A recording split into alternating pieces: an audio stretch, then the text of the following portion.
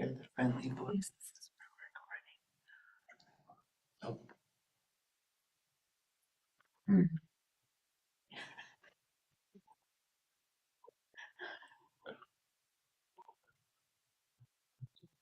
Already recording. Ready to go. I was sure how much she'd already done, but it looks like she already did everything other than unmute, so. This is the Tuesday, June 10th, 2025 Police Committee meeting for Philomath. And we're going to start with a roll call. If everybody will just say their names, that'd be great. Brett Caseman here. Diane Crocker. Andrew Salsa. David Gertzke. Russ Warford. I'm assuming we have no public comments. So we'll go on to the approval of the minutes. I move that we approve the minutes of April 8th, 2025. Second. Thank you. All in favor? Aye. Anyone against? Okay, we're going on to business. This is a quick meeting. This is great. I bet it will slow down here. Anyway, police department social media. Yes, so we've had a Facebook page for about 5 or 6 years now. So Ken Rubin started that. He actually had to go to, I believe it was a 2-day training on social media liability. Most of our posts have been related to community outreach things like trunk or treat. You've seen a lot of stuff about the chili cook-off. In fact, in the previous years, that's primarily what it was used for. Katie and I have tried to ramp up. We don't have someone that has attended the social media training yet. We've been kind of bouncing and consulting some with Ashley over at the fire department, who's been there. She's been a great help. We've tried to keep it predominantly positive. We've done a couple little public service announcements. We saw a little bit of an uptick in some traffic break-ins and things like that. So Katie whipped up a message that just said, hey, we've seen a recent uptick in this. Please make sure that you bring your valuables in, lock your doors, so on and so forth. So they've been pretty vanilla, just trying to push out public safety messages and things like that. We're starting to ramp up a little bit. I think one of the things that people are looking to see is kind of some stats regarding traffic enforcement, things like that. We've also talked about doing some kind of still photos of officers kind of in action. Sherwood PD, I follow their Facebook page. They have they've got a specific person, an officer that's dedicated to that. He does a wonderful job. He's just very talented and gifted in that area. He's got a good sense of humor, and it seems to be well received by that community. I think for us, we're nowhere near as big as Sherwood, and so it's been Katie and I trying to manage that. So we're doing the best we can with it. We're looking for some training for her for social media, see if we can get her on that track and get that training, and then we'll obviously continue to ramp that up over the next several months. So I hope to be posting at least about once a week, hopefully something positive, and then also I don't want to go too stat heavy. I just don't think that, I think the people that are looking for that are going to see it in the media log. The media log typically doesn't capture high speeds and specifics so much, other than like DUIs or crime related things. And I think people, that are interested in that go and look for that. But I think it would be pretty eye-opening for the public to see how much traffic enforcement is going on that they're just not aware of. Yes. Yeah. That is one of the things I think that we work the farmers market and we were talking about, because I've seen a lot of complaints. People come up and tell me, are the police even watching the speeders, And I know you're doing a great job. I know our crime is down, but if without the statistics, it's hard for me to say, well, they stopped 32 people going up 10 miles over the speed limit. And so that kind of information would be very helpful, I think. Yeah, and I pulled the stats for just the month of May, just to kind of get an idea, and we had about 144 traffic stops during the month of May, and that resulted in about 60 or 62 citations. And so I think And that's a big deal. I mean, it really is. This is, and I have to say, on the positive side, I do a lot of walking these days. Sure, yeah. And you all are out there. I could see it, like today. Yeah. Like up and down the Applegate, it's like, okay. So I know it's always that perception of like, where are they and blah, blah, blah. I say, well, get out and walk. You'll find them, I promise you. Yeah. But it's more in the they get the corridor part, right? But they also like to see some presence in the, Applegate on the other side, or Pioneer, or, College or 13th something Street. like that. Where it's, I've heard about 13th Street. And this has been out, maybe it was in Brad's, but where, at the end of Main Street, where you can see a sign that says 35 or 45 or whatever, 40. they say people are zooming up way before they get to the sign. I have been carefully going 25 miles an hour every time, and I get passed Oh, by yeah. almost everybody. Yep.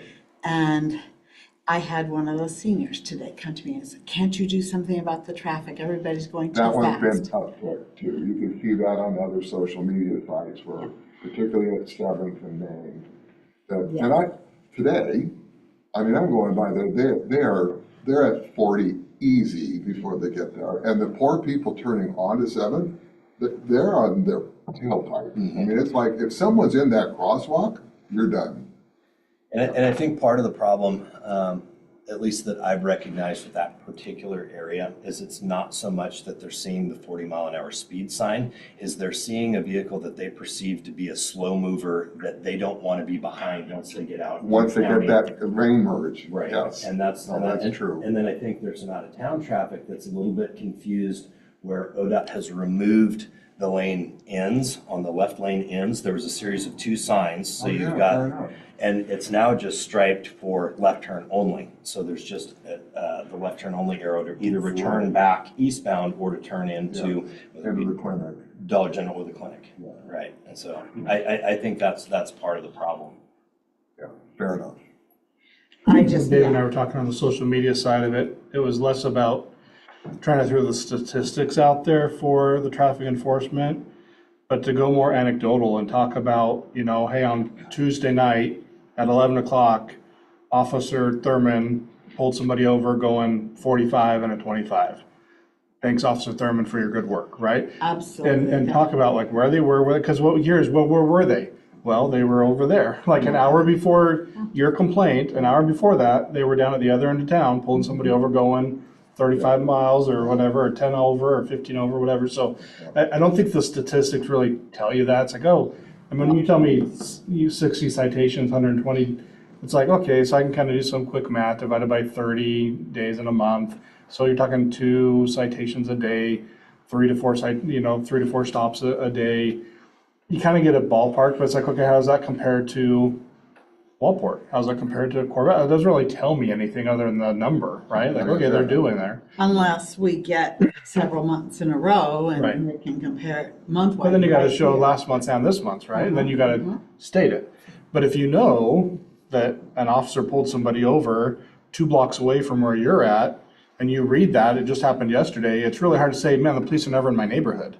Because it's right there. They were just in your neighborhood, which is much more, to me, much more telling than a statistic that it was 1 citation and I don't really know where it happened or what time or anything. So I think, and there's probably a combination there of both of those, but just like in the crime statistics, you don't just say, there were 3 citations or 3 arrests for robbery. I want to know, where was the robbery? Who's done it? What did they get? What was the value? You want the anecdotal stuff. You want to know the details, right? So I think we can get there and kind of have a little bit more of a presence on social media, where right now everything's so negative. Not that we'll fix that, but to put some countering good information out there that people can lean on and point to. Because there's no question you're doing your job. It's just, I'm impressed with the number 144 for the month. And I think other people would be too. And they would say, Well, and the difficult thing about the way that Philomath is laid out with the couplet, it's not like Junction City. So if there's a traffic stop on Main Street or on the highway in Junction City, you're going to see it regardless of if you're going north or south, right? Here, if there's 2 traffic stops on Main Street and you're traveling on Applegate, you're never going to see it. Or if there's one up on North 9th Street or one on 13th Street, unless you're passing close by and happen to look over, you're given the perception that there's nobody out working traffic. And that's just not the case. There are times when they're hung up on other calls. We get our fair share of DHS calls that come in, and those can be very time consuming. And so It just kind of depends on staffing and call load and what's going on in the moment. But I think we can certainly do a better job of putting the information out there on social media so they can see some kind of live action shots, like, hey, here they are. And, you know, they might happen to be in your neighborhood, you know, they might be in the 2200 block of Applegate Street, or, you know, they might be in the 900 block of Main Street. You never know where they're gonna be. It's good. It's good. And maybe this is more via emergency channels or whatnot, but would it ever be used to say, oh, there's a bad accident west of town or something Absolutely. like that? Okay, yeah. Yep, and I've seen other agencies Fire do that. department that will do that. Just like, okay, Pretty yeah. much, yeah, because Ashley's really good about saying, hey, there's something happening. Benton County Sheriff is really good about that. OSP will do it. Yeah, and I think the difficult thing for us is that we don't have a dedicated PIO. You know what I mean? And most of those larger agencies have someone that's dedicated to doing that. And so when they see it, Dallas, for example, has a full-time staff. yeah, you know. but someone will point that out. It could be, you know, they're listening to the radio and they hear it and like, oh, I need to go log into CAD and see what's happening, and I'll put a quick little post out there.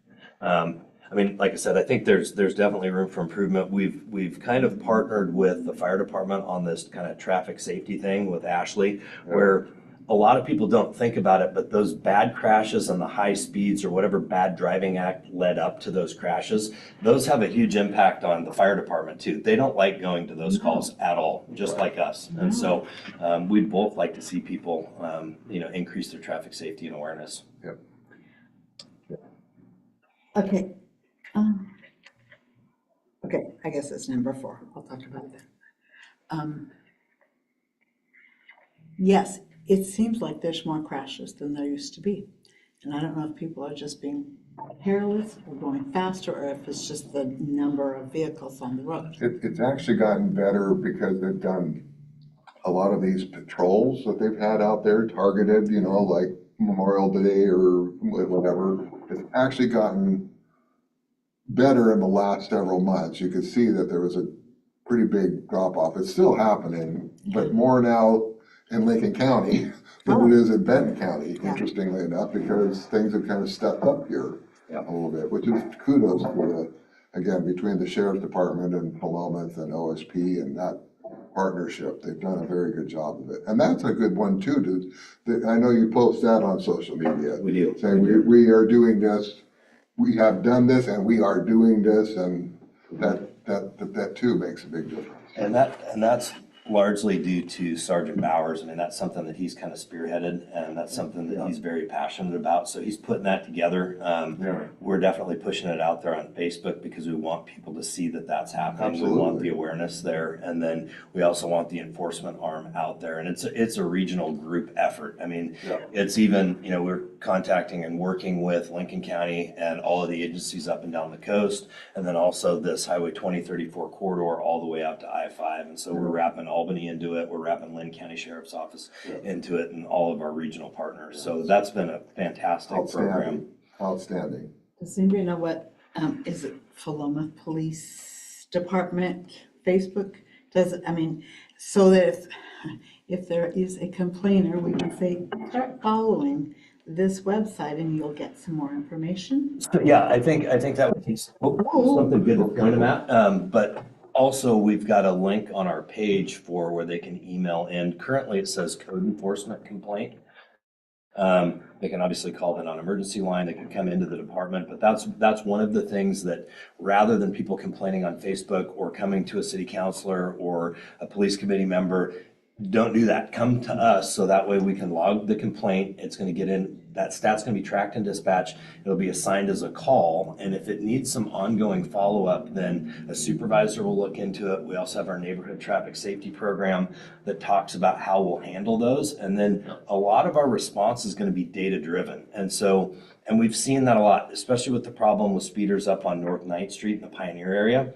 We had someone that was complaining quite loudly a few years ago. We put our radar traffic sign up there that captures data, speeds, traffic numbers, volume, things like that. And then after a period of time, we took that down, we crunched the data, and the data didn't support the claim that was coming. Interesting. And so That, I mean, sometimes it's a perception issue. There are some areas in Philomath where it looks like vehicles are traveling much faster than they actually are, especially the little S curve by the bank over by the credit union. If you're traveling westbound and you see those cars coming around that corner, it's like they come out of nowhere and it looks like they're doing 35, 40 miles an hour, when in actuality, they're usually doing not more than 30. It's kind of an optical illusion. But nonetheless, we're going to respond to all of those, and we're going to look at the data. We had another request for a stop sign in a neighborhood. We went back and we looked at the crash data over the last 20 years. We didn't have a single traffic accident there. We didn't have a single report of anything like that. And so we didn't add a stop sign to that neighborhood. So it needs to be a data-driven approach. And I think a lot of times people get their feelings involved because it's about the safety of their neighborhood and their community. And so they feel threatened by, what they perceive to be aggressive driving or things like that.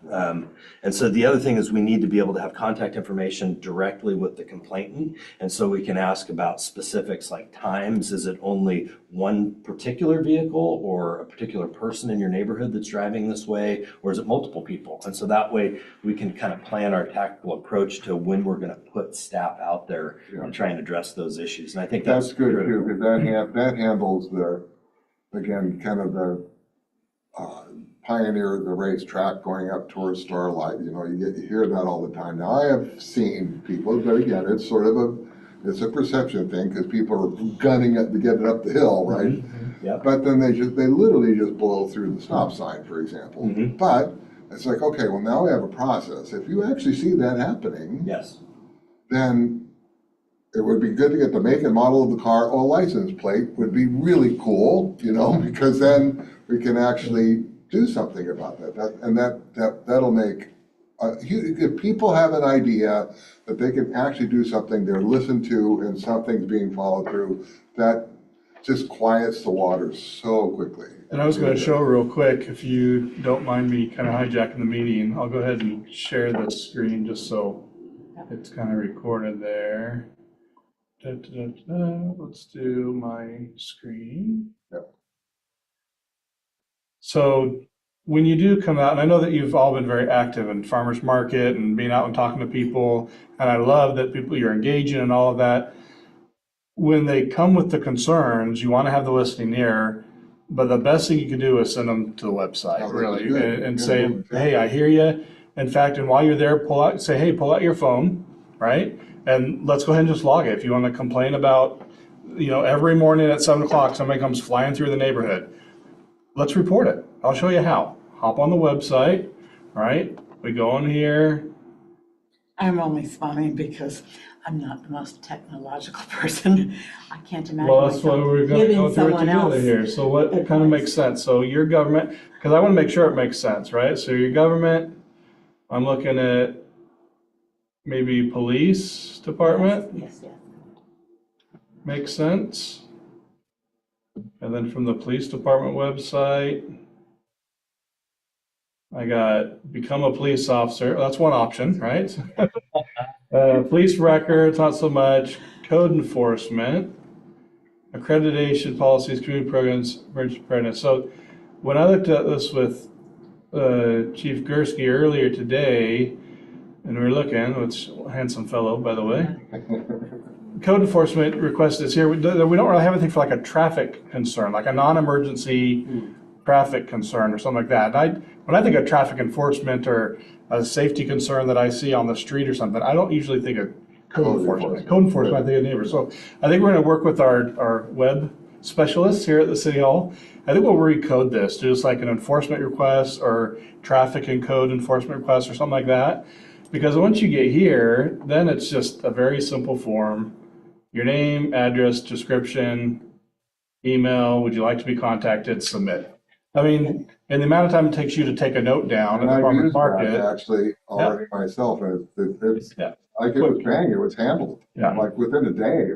Yeah, the nice part about it, again, it goes to the chief, he can triage it out, or he can address it himself, or it might be a public works thing even, and it can go that way. So I think we'll update this a little bit. We'll make it more so it's traffic and code enforcement, and we can maybe even have a header up here. We talked about, I mean, that your first thing should be, if this is an emergency, call 911. If it's not an emergency and it's Yeah. high grass or a traffic concern or whatever, please give us as much information as you can and we can follow, and somebody can follow up with you or we can follow up. So this is really the best place to go at it. I want to be careful that as council members, you don't get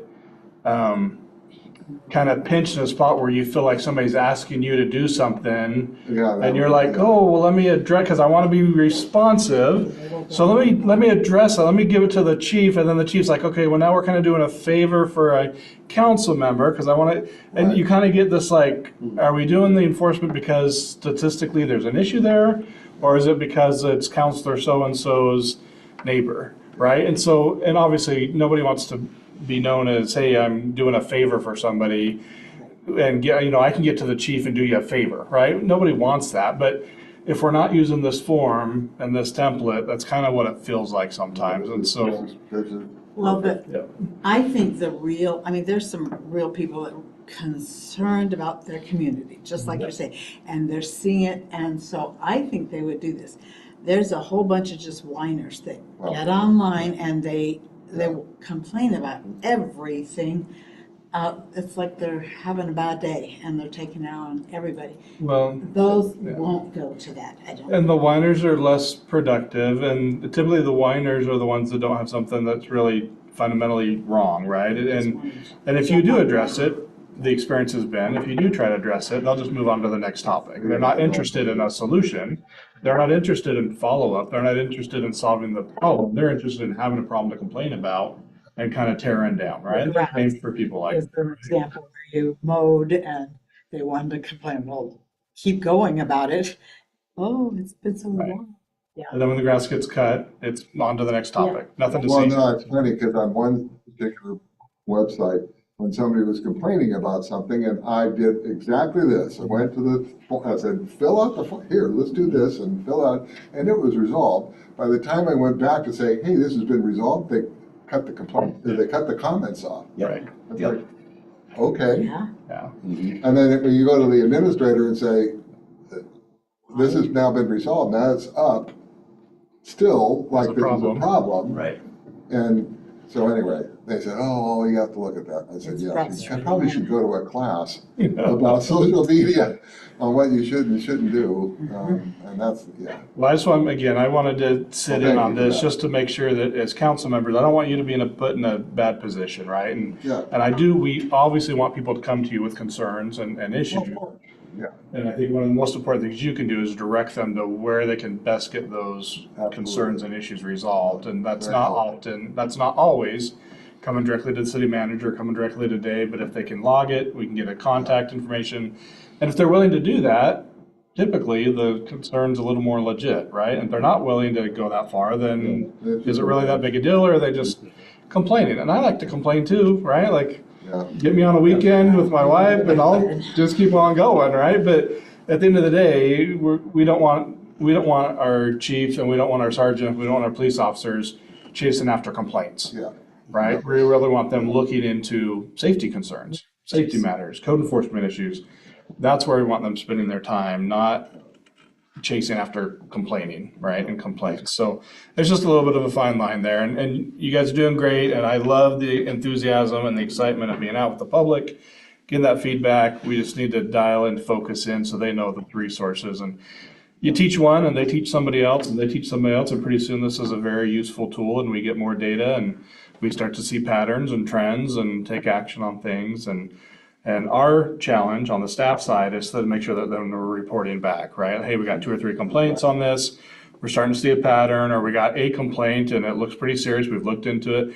So we'll do a better job when we're reporting back on our monthly staff report, if nowhere else, or in this meeting is a good place as well. But we'll make sure we're doing a better job of reporting back when we are getting these complaints in, because they do come in. We get, weekly, at least, weekly, sometimes several times a week. Yep. We're getting those in. Sometimes they'll come to the direct one and I'll farm it out to police or out to public works. Sometimes it's a HR issue or an issue I deal with. And then I know public works, they get their own share and sometimes they get forwarded on to me, or police will get some and they'll forward. So it doesn't matter who you reach out to at the city, we're gonna get it to the right person, and it's not like there's like 300 of us, it's gonna go to like one of like 5 people. And typically, those 5 people are gonna be sitting in a room at least once a week, and we're gonna talk about, hey, did you get this complaint, did you follow up? So it's not a black hole, this is not a black hole that the complaints go into, we never hear anything about. When they come in here, they get addressed, and it's usually quick, like same day, next day, we're talking about it. About 6 months ago, a former student who was in the military was complaining about the speeds. And I happened to have had a police meeting like the next day, and I asked how many stops, and he gave me the information. And I wrote back to him and said there were 34 stops this last week or something. He said, wow, I had no idea. And I said, yes. And by the way, they're looking for police officers. And he goes, I'm not sure that's my calling. But a good person, but he, Also, that portal, that was easy navigation. You showed us 3 clicks and you get to the form. Right, That's nice. Yep. Yeah, pretty easy, yeah. And we can, like I said, we'll tweak the language and make it a little more obvious. Here's that, yeah. It's a little bit better and easier, but yeah, I mean, I think police department, and then it's right there. Yeah. And of course, if you run into folks that, maybe aren't comfortable with that form of technology, they can always call the office. They can even walk into the office what's, and we'll take the complaint. That will become, if Katie's there, which she's there usually Monday through Friday, 8 to 5, then she will create a call for service. So we'll be able to track that data as well. It will get assigned to an officer or supervisor, depending on what the nature of the call is or the complaint is, and then they'll address it. And so if they want feedback, then we can certainly get their name and phone number and we can contact them after we've gone out and addressed it. what's the non-emergency number? It is 541-929-6911. That's what I was thinking, because I have actually called that before, but, okay, And good. it'll take you to the phone tree. And so if it's a crime that's occurring right now, it'll prompt you to press 1. That will take you directly to dispatch.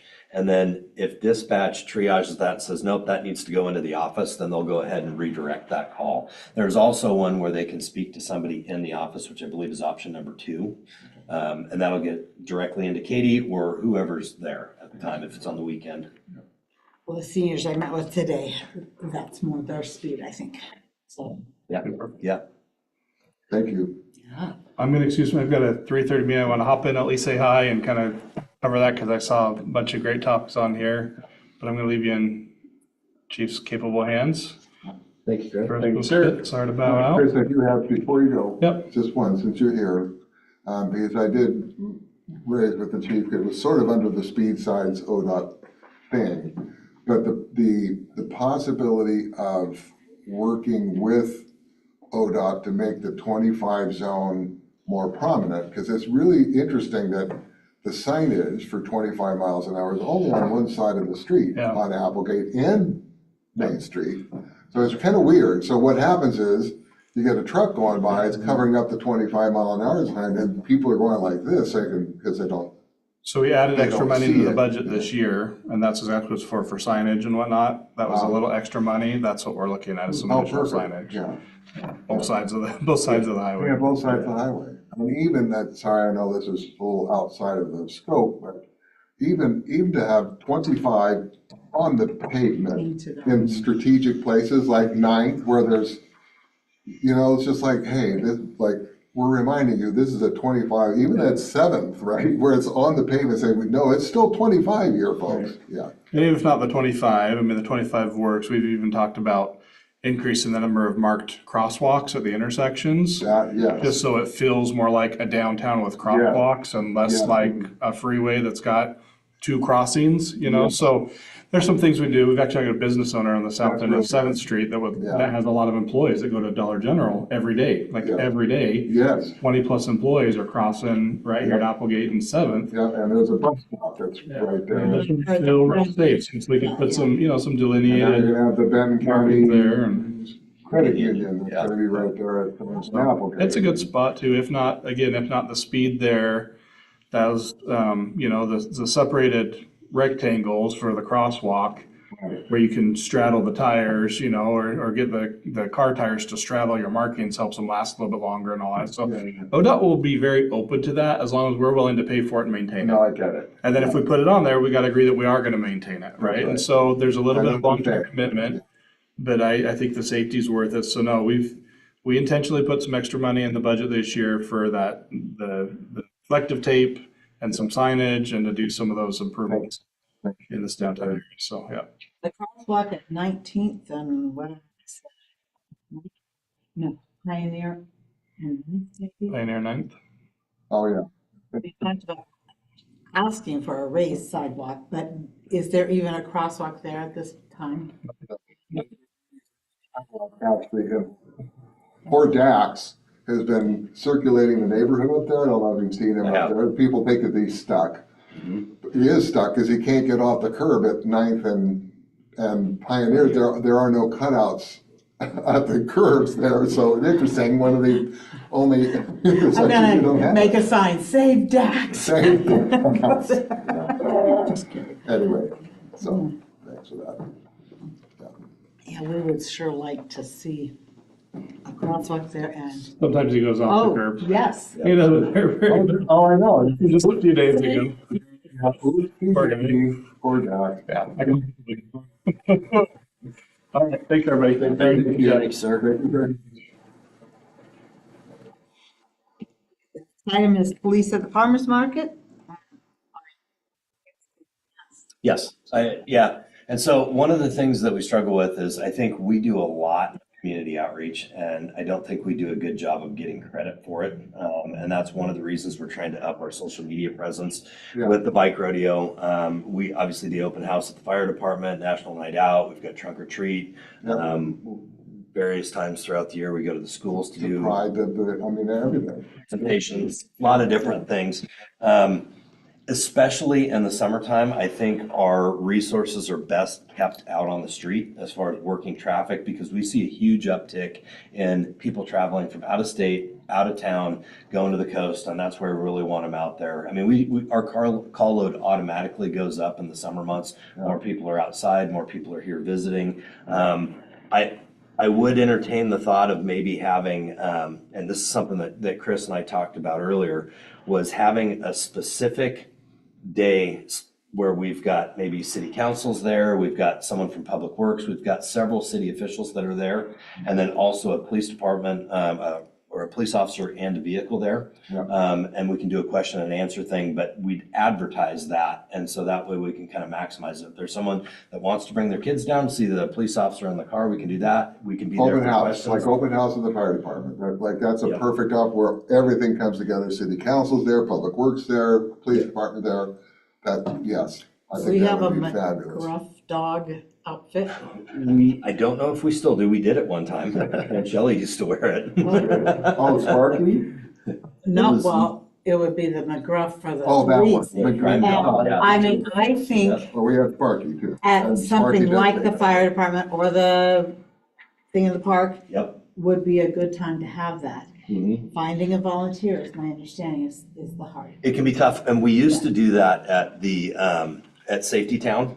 We had someone that would come down for Safety Town as well, and they would wear that for a few hours. Yeah. And the kids loved it. Cappy goes there. Even if we did it Yes, for an hour, and we can say, and McGruff will be there from 12 to 1 or something like that. It wouldn't have to be all 4 hours. Yeah. That would be too hot. yes, But, yes. I don't know if I'm tall enough, but I would do it if I could be tall enough.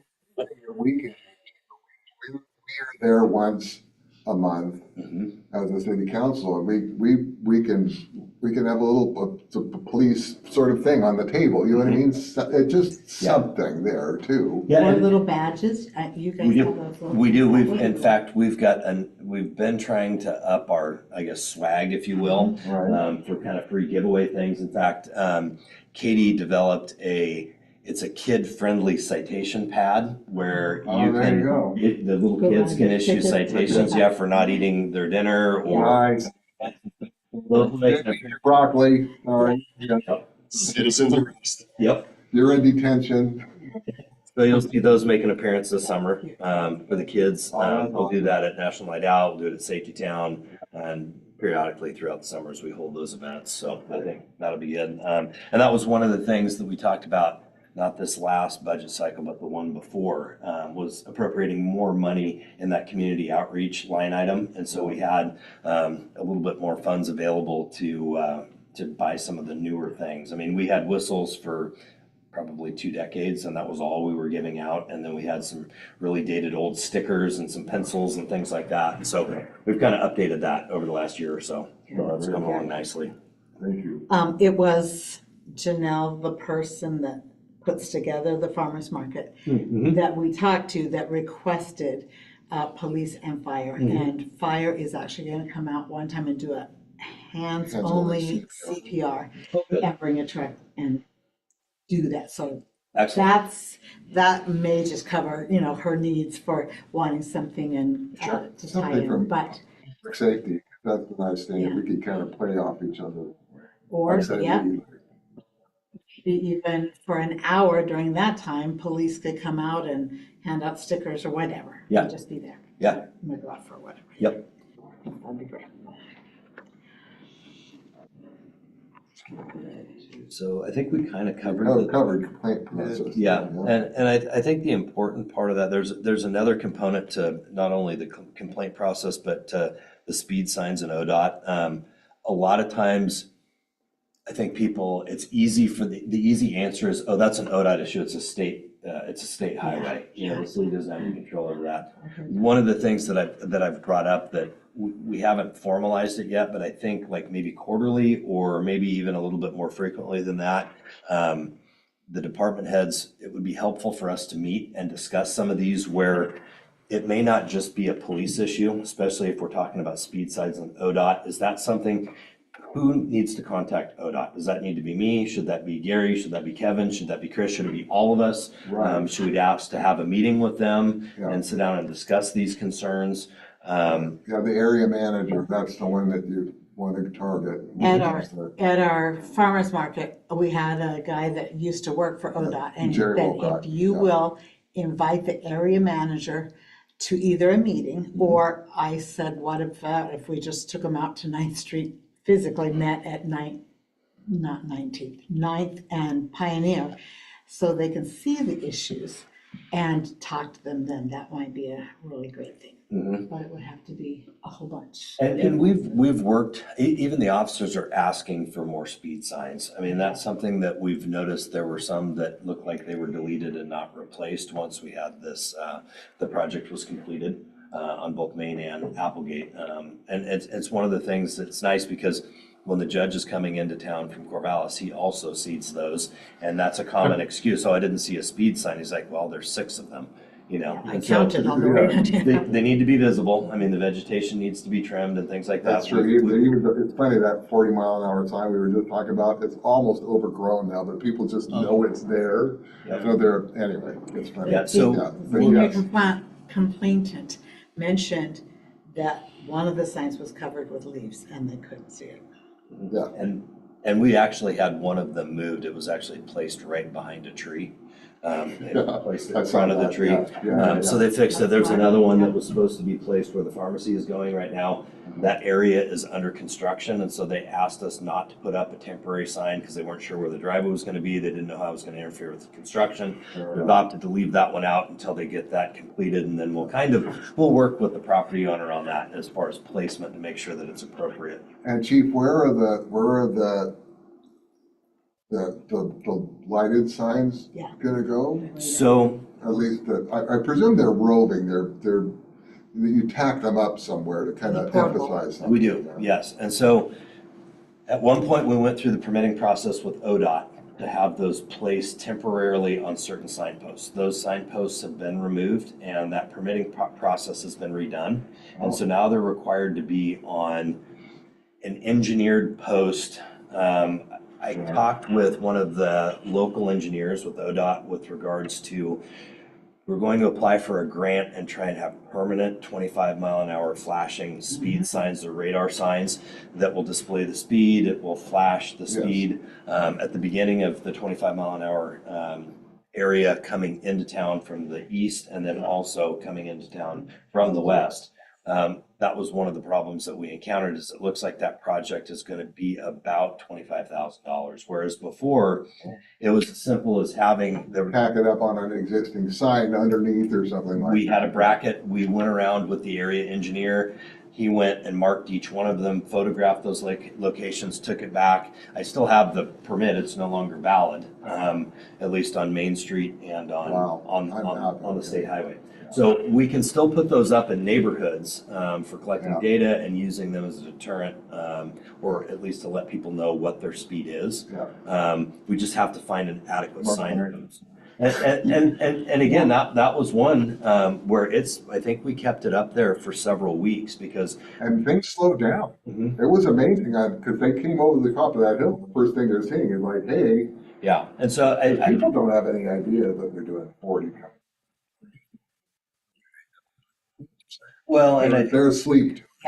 and I think one of our biggest struggles is balancing education and then also notifying people what the speed limit is when they're coming into town. We have a lot of out of the area traffic that we notice common themes for excuses, if you will, when we stop them. Let's say if we've got folks traveling from Beaverton to the Seafood and Wine Festival, we stop them in town and they're doing 40 or 45. Hey, did you know what the speed limit was? Well, I was just going with the flow of traffic, or no, I didn't know.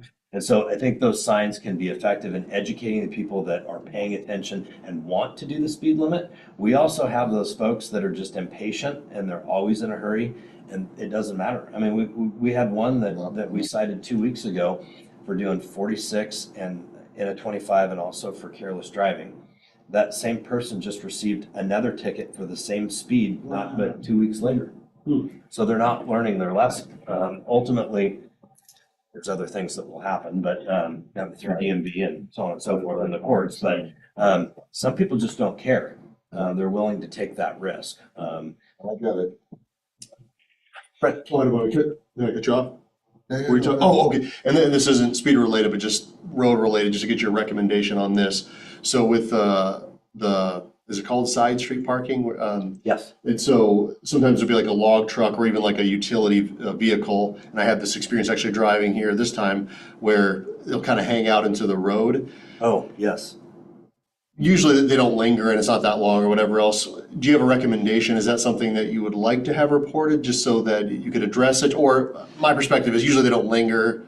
I'll just probably go around it. But if there's someone in this lane, I might actually have to stop. I would have actually had to stop if there wasn't anyone here. I just want to get your opinion on it. And I've encountered that same thing. And at times I think I'm trying to think of a good way to kind of, I guess, spread awareness about that, and maybe they're unaware when they're parking, they're just, I'm just gonna run into Pioneer real quick and telephone and pay my bill real fast or whatever. And so I think it is pretty short term. I think if it's something that's creating a hazard, which some of those are, I've had to stop myself near Napa where I've seen a log truck or a larger vehicle that's sticking out into the roadway, and if I've got a semi next to me, they both can't occupy that space. Yeah. So I think if it looks like it's going to be a risk, then yeah, absolutely call it in. Okay. And I'll also say that they do a great job of triaging our calls. So if there's something else that's a priority, then they probably won't get to it. Of course, yeah. So, but I think it would be good for us to make contact and address those. And usually, especially with the log truck drivers, we've noticed that if we're doing speed enforcement, we've got a couple of them that are a problem. We'll stop one of them and we'll say, hey, let everybody know this is the threshold. And they usually get on the CB and they yeah. Thank you. What's the deal with 19th and Main? There's the gas station there. And there's a big truck that stops in the turn lane to unload merchandise, to like usually cans. They're on South 19th and that right there right And off. if it's It's funny. during And it's school time, it's a horrible time to do it. But I've seen them there at other times and I just don't know what the rules are. So we've addressed that with a couple of them, and at Jonah's Market, they've got signage for a specific loading and unloading zone. So if you notice that when they've got, one of their distributors that's coming in, they park in that loading and unloading zone. Unfortunately for the mobile gas station, I don't know Not a lot that of there's room. space for that. And so we see that in Corvallis and some of the neighboring communities as well. Oftentimes they'll occupy that center turn lane to unload whatever they're delivering. And definitely during school hours, we've gone out and had to address this and ask them to alter their delivery times. And so that way it's not during school pickup or drop off, because that's the worst time.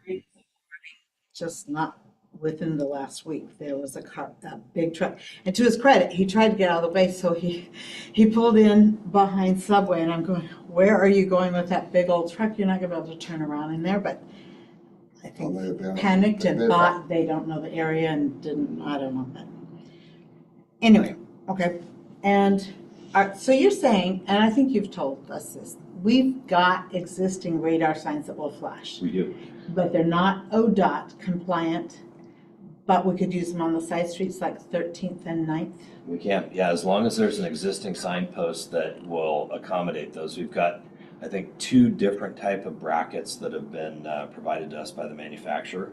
And then we can kind of customize those signs, what we want them to do, when we want them to flash your speed, or if we just want it, if it's under 5 miles an hour, Yeah. then Just typically it's solid. solid. And then if it's, let's say if they're doing 30 or 31, then it begins to flash to try and grab their attention. And then there's usually a rocker sign up above that posts the speed limit for the area. And so they see that, and then they also get to see their speed as well. I would love to see those go up as soon as we possibly can. Do you have the knowledge if there is a post available? I haven't gone out to look. That's something that we can certainly look into and get those up as soon as possible. In the past, it's been complaint driven. So when we've had traffic complaints that have come through this neighborhood traffic safety management program that we've got, that's one of the steps that we take, is to collect the data. And there's 2 different ways in which we collect data. There's crash data that comes from our records management system, and that goes back to about, I believe, 99 or 2000. And so we've got about 24, 25 years worth of data there. There's been some significant changes though in the last 20 to 25 years. So that's one of the things that we're looking at, if it's speed related or if it's traffic volume, things like that. These signs are great for that. We can hang those up on one of the brackets, and then we can put it in stealth mode, so it's just capturing data. And then we can also then put it in where it's a display mode, and then we'll also track that same data. So if we put the sign up in stealth mode and we collect the data, that's, without any alerts or anything like that, we just kind of get an idea of what's happening. And then put it back up and it'll flash or do whatever we program it to do. We can see if that's an effective way to solve our problem, or if we need to assign traffic enforcement to go out there during certain times. And that's where the data collection is really Oh, that's helpful. good too, yeah, because it shows you patterns and trends in terms of the time of day too and all that. And that's what's not helpful when we get complaints. Sometimes we'll get someone that's very irritated in a neighborhood and they'll say, they're speeding and driving recklessly. It's all times of the day and night. And it's like, okay, well, What is that? Yeah. And it's really when school's out. Sure, it's not super helpful, because we use that information to tailor our response. And so, and we want to do that, we don't want to waste our time. If it's only a problem that's occurring between 3 and 3:30, then we don't want to put somebody out there from 4 to 5:30. No. They could be, policing other areas, so. Well, if we could, I think that would be a good step towards hopefully quelling some of the complaints that we've been hearing. And Sounds like North 9th and then 13th Street is another one. yes, down by where Cedar, I believe, comes into 13th, I've heard a lot of complaints in that area. You mean It's- coming from the Fern side? Yes, I see, yeah, well, that's Coming right. Coming into northbound. in through past the Skirvin Park. right. And we do have an officer that likes to sit in Skirvin Park. He actually pulls in there and he runs radar, and he's been pretty effective. So we'll get that up and take a look at what we're seeing. And we can't do that on our main streets, which is the heavy complaints, but we can hopefully But get that's the grant. a work in progress, because that has to be a budgeted thing, and So we're in talking, order to have an engineered post a to be year or able two to down the take it, road so. at least. Yeah, so I think that's part of our strategic plan for this year, if I'm not mistaken. I think that met one of the 12 goals that we had. And I think that also requires us to secure grant funding for that. So I've already been in contact with the engineer to try and, he sent me drawings and scale and all of that. I've gone over that with Public Works to try and determine where we would put those. And now it's just securing the funds and then getting approval from ODOT on placement. So that's gonna be the trick. But I think those would be helpful. It was interesting, the engineer said, these things are becoming very popular, they're very expensive, and we found that the data says that they're not very successful. Which, Effective. I think it really depends on where you deploy them. I think, like we talked about earlier, I think there's out-of-town traffic where there's people that see those and go, Wake up people. oh, hey, Yeah. I want to do the speed limit, you know what I mean? And they're mindful of that. And I think there's other folks that regardless of They're what not you even put. paying attention to the signage, they need something to sort of snap them back into reality, because they've been falling behind a semi truck since Newport, Yep. you know what I mean? Yep. They're not being able to get around this traffic light, and they're just, yeah, They're frustrated. they're frustrated. Yep. You know? And it's frustrating driving out there. I get it, People, yeah, there's I a get lot it. of careless drivers out there and it is frustrating. But I think that will work for a number of people that are coming into town. And I think Yeah. it's not necessarily the Yeah. commuters, but it's the people that are traveling to the coast, and it's a good reminder. And I've also, I'm curious because when I spoke with the engineer, Corvallis was going through this. Their school zones, they got grant funding to place those radar speed signs. But if you notice, most of their school zones are not on state highways. No, that's They're right. just on surface streets. So Yeah. the one that they're working on right now is for Lincoln School District, and that is on South Third, which is Highway South 99W. Yeah. And so they're having to go through that process. And so I'm hoping to get some tips from them Oh, on good. how they navigated that and what that process looked like. Yeah, fair enough. So, cool. Great. And I like to pretend that they don't know it's 25, but I really think they know, and I think And it's they one of just those, yeah. choose to ignore it. But I think the radar works for me. Yeah, yep. No, I think they can be very effective. Okay. Oh, and we had asked the paint, and we discussed that with, Chris. So Chris is, Okay. that's part of it, yeah. and does ODOT have any problem? Oh, just if we maintain it, they will allow us to put 25 miles per hour. So historically, I It's think striping thing, yeah. the crosswalks, yes. Crosswalk, which is kind of it's the same thing, because it's just such a blank between basically the last crosswalk, well, there's one at 7th, but really, it's 13th. So there's no crosswalks Right. across that highway for that whole stretch.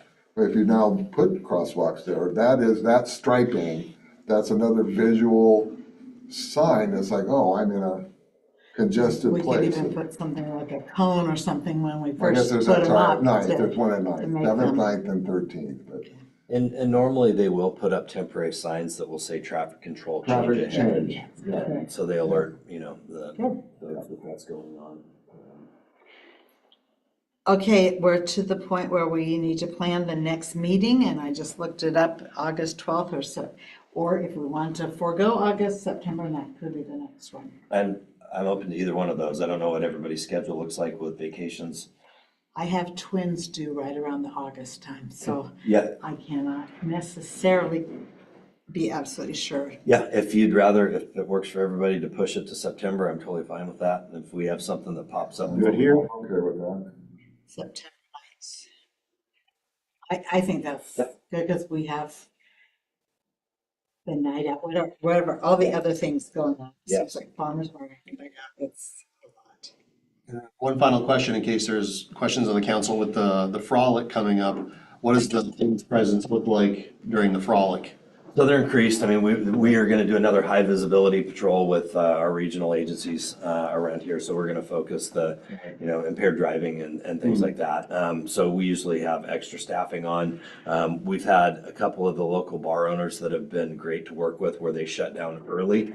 So they're not additional problems there. Right, yeah. So that's been very Okay. helpful. Yeah. In years past, we haven't always had that, and that's actually been very effective. So, and typically, Benton County has deputies that are patrolling the area as well. Oh, they do?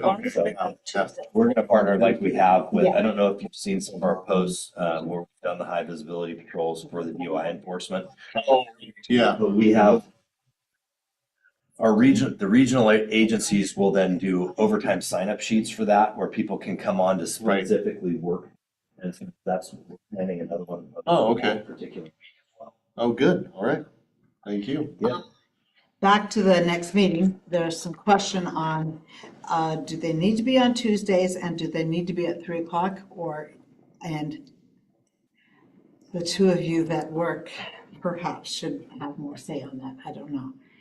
I don't think they have to be on Tuesdays. If there's another day that works better for you guys, then I'm open to that. Well, I was With just- enough warning, I'm flexible. This was fine for me. Okay. So I was saying, because there's something actually on the 9th of September, which is a Tuesday. If we could do it the 10th of September at this time, that would be perfect, if that works for seems okay. everybody else. Then September 10th is fine for me. Okay, so, Yay. and are we gonna switch them all to Wednesdays or are we just gonna do it?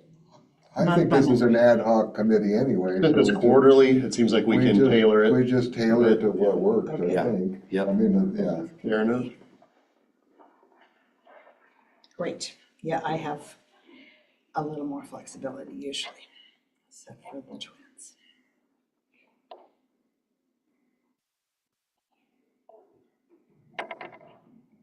And that, we don't know. All right. So, anything else? I don't have anything else now. This meeting's adjourned. All right. Thank you kindly. Yeah. Thanks.